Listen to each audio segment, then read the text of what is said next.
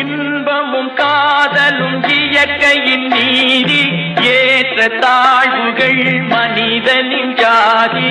பாரில் இயற்கை படைத்ததை எல்லாம் பாவி மனிதன் பிரித்து வைத்தானே.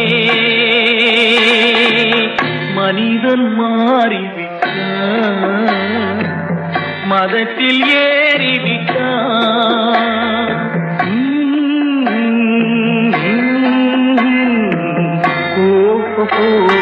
வந்த நாள் முதல் இந்த நாள் வரை வானம் மாறவில்லை.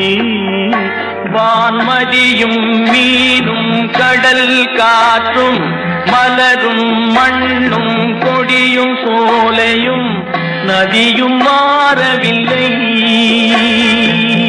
மனிதன் மாறிவிட்டான்.